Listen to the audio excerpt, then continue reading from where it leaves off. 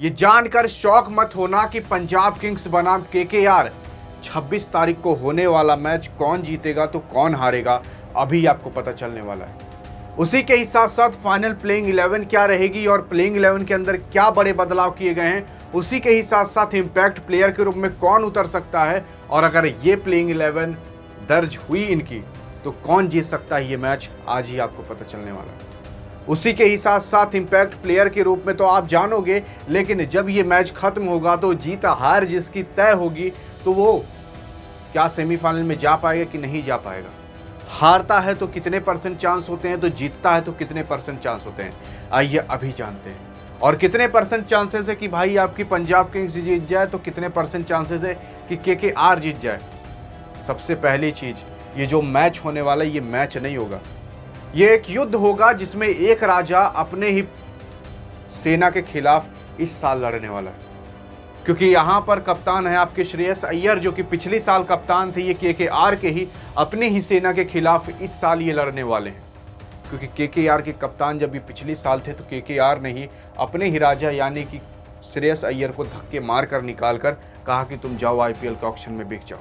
तब इनको पंजाब किंग्स यानी कि पंजाब के राजा इनको बना दिया गया और अब पंजाब का राजा लड़ेगा कोलकाता की सेना से। तो कौन जीतेगा तो कौन हारेगा आपको अभी पता चलने वाला है। सबसे पहली चीज हम ये पता करते हैं कि भाई हेड टू हेड क्या रह रखा है और तो और ये पीछे की हिस्ट्री क्या अभी तक की है। आपको पता होगा कि केकेआर और पंजाब किंग्स के बीच अभी तक टोटल 34 मुकाबले हो चुके हैं जब से आईपीएल 2008 से आ रहा है और 2025 तक अभी तक जब तक चलता आया है, तो इस दौरान भाई 34 मुकाबले हो चुके हैं केकेआर और पंजाब किंग्स के बीच। ये दो मुकाबले की ही बात कर रहे हैं कि जब केकेआर और पंजाब किंग्स आपस में लड़े होंगे। उसी के ही साथ साथ 21 जीत आपकी केकेआर ने दर्ज की है, तो केवल 13 ही जीत आपके पीबीकेएस यानी पंजाब किंग्स ने दर्ज की है। यानी कि आप सोच सकते हो कि अगर 3 मैच हो रहे हैं तो 2 मैच आपका केकेआर जीत रहा है, यानी केकेआर के अंदर काफ़ी ज़्यादा पोटेंशियल है कि इस मैच को वो जीत ले। उसी के साथ साथ 13 ही केवल हार मिली आपके केकेआर को, तो 21 हार आपकी पंजाब किंग्स को मिली है। और अगर ऐसे ही मैच की बात करें जिसमें कोई परिणाम ही नहीं आया था, तो ऐसा एक भी मैच नहीं था, यानी कि एक भी मैच कोई न तो टाई हुआ था ना ही तो ड्रॉ, कोई भी मैच नहीं हुआ था। उसी के साथ साथ उच्चतम स्कोर की बात कर लें तो 261 262 रह चुके हैं, क्योंकि अगर 261 बना होगा तो 262 मारकर जीत ली होगी। यहाँ पर उच्चतम स्कोर अगर इतना है तो न्यूनतम स्कोर की बात कर लें, कम स्कोर की बात कर लें तो 95 तो 111, इतना कम से कम रन बन सकता है। तो आपको यार कुछ पता चल रहा है कि अगर उच्चतम स्कोर बनेंगे तो 262 तक भी जा सकता है, लेकिन अगर कम बनते हैं तो 95 यानी 100 से भी नीचे रह सकता है। ये हाल होने वाला है। और उसी के ही साथ साथ अगर आप ये जो देख रहे हो अभी, ये 111 जो सबसे कम बना है, ये अभी हाल ही में हुआ था, बहुत ज़्यादा समय नहीं हुआ है। जब आपकी पंजाब किंग्स ने 111 का ही टारगेट दिया था तो केकेआर को 95 पर ही ऑल आउट कर दिया था। और आपको याद होगा कि यहाँ पर पंजाब किंग्स ने इतिहास रच दिया था। यानी कि यहाँ पर अगर स्कोर बनेंगे तो काफ़ी ज़्यादा बनेंगे, या फिर स्कोर बनते हैं तो काफ़ी कम ही बनेंगे। लेकिन अगर हम एवरेज स्कोर की बात करें तो लगभग 200 तो बन ही सकते हैं, 180 से 200 के बीच। लेकिन बात करें अगर आपकी केकेआर के पास कितनी ट्रॉफी है, तो टोटल 3 ट्रॉफी है, तो पंजाब किंग्स के पास 0 ट्रॉफी है, एक भी ट्रॉफी नहीं। यानी कि 0 ट्रॉफी वाली भिड़ेगी 3 ट्रॉफी वाली से।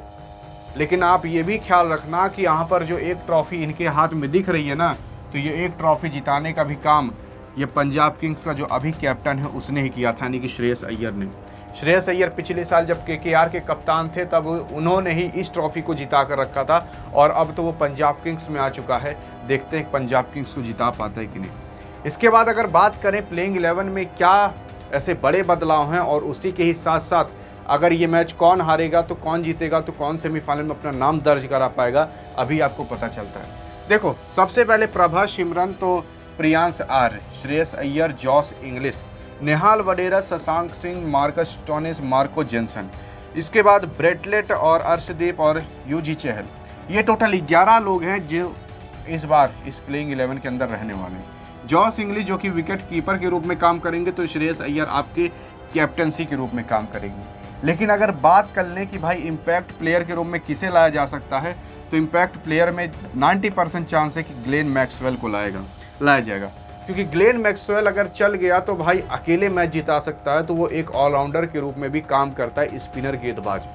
यानी कि अगर गेंदबाजी में और स्पिनर की ज़रूरत पड़ती है तो वहाँ पर आपके ग्लेन मैक्सवेल को बुलाया जा सकता है, और अगर बैटिंग की भी ज़रूरत पड़ती है तब भी ग्लेन मैक्सवेल ही काफ़ी है।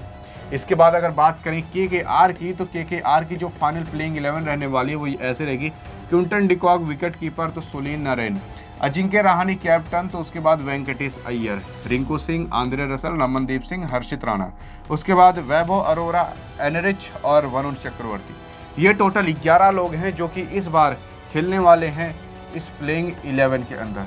लेकिन अगर हम बात करें कि भाई इनके प्लेइंग इम्पैक्ट प्लेयर में से कौन आ सकता है, तो यहाँ पर आपको 2 चांसेस है, एक तो मनीष पांडे और दूसरा रघुवंशी।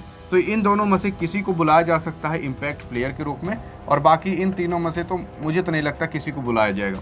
तो ये 2 इम्पैक्ट प्लेयर के रूप में आ सकते हैं और खेल सकते हैं इस प्लेइंग 11 के अंदर। लेकिन ये तो हो गई प्लेइंग 11 की बात। तो अगर हम बात करें कौन जीतेगा तो कौन हारेगा, तो आपको पता ही होगा कि लगभग 60% चांसेस है कि आपकी केकेआर जीत जाए, तो केवल 40% चांसेस है कि आपकी ये पंजाब किंग्स जीत जाए। उसी के साथ साथ ये भी जान जाओ कि भाई तब की केकेआर और आज की पंजाब किंग्स दोनों में ना जमीन आसमान का अंतर है। आपकी केकेआर जो कि 5वें-6ठे नंबर पर चल रही है, तो अभी की पंजाब किंग्स जो कि पहले और दूसरे नंबर पर इसका होड़ लगा रहता है। तो अगर यहाँ पर मैच होता है तो ये मत पिछले का अगर इतिहास देखोगे तो इतिहास भाई बदलने के लिए और तोड़ने के लिए बना है। तो इतिहास यहाँ पर टूट भी सकता है कि जो इन्होंने 60-70% मैच जीत कर रखे हैं, क्या पता यहाँ पर ये हार सकते हैं, क्योंकि अभी की जो पंजाब किंग्स है भाई काफ़ी ज़्यादा खतरनाक हो चुकी है। तो पंजाब किंग्स देखना होगा जीतेगी कि नहीं। लेकिन अगर हम बात करें अगर जीत जाती है तो क्या होगा और हार जाती है तो क्या होगा। देखो पंजाब किंग्स अगर बात करें तो दूसरे तीसरे नंबर पर अभी पॉइंट्स टेबल में चल रही है, और इसके पास अभी टोटल 5 से 6 मैच या फिर 4 मैच बाकी होंगे जब आप ये वीडियो देख रहे होगे। तो उसमें से इसको केवल 1 से 2 मैच ही जीतने होंगे, और 1 से 2 मैच जीत जाती है तो सेमीफाइनल में ये अपना नाम लगभग दर्ज करा ही चुकी रहेगी। लेकिन अगर आपकी केकेआर हार जाती है और जीत जाती है तो क्या होगा। केकेआर जीत जाती है तब तो कोई दिक्कत नहीं है, तब तो इसका एक स्टेप और आगे बढ़ जाएगा। लेकिन अगर हार जाती है तब इसके पास 4 से 5 मैच बाकी रहेंगे, और उसमें से 2 से 3 जीतना होगा। यानी कि हर दूसरा मैच इनको जीतना होगा। अगर एक पैर भी डगमगाया तो आगे की जो सीढ़ी है वो और ऊंची हो जाएगी, तब इनको और लंबी छलांग मारनी पड़ेगी और ऊंची छलांग मारनी पड़ेगी। तो ये हाल होने वाला है प्लेऑफ यानी सेमीफाइनल में जाने के लिए इन लोग का। बाकी आपको क्या लगता है कि इन दोनों टीमों में से कौन जीत पाएगा, तो आप किसे सपोर्ट करोगे, पंजाब किंग्स या केकेआर? देखते हैं आपकी कौन सी फेवरेट है, क्या आप जीत पाते हो कि नहीं। बाकी अधिक जानकारी के लिए बगल में क्लिक करके देख सकते हो। मिलेंगे इस वीडियो में, तब तक के लिए जय हिंद और जय भारत।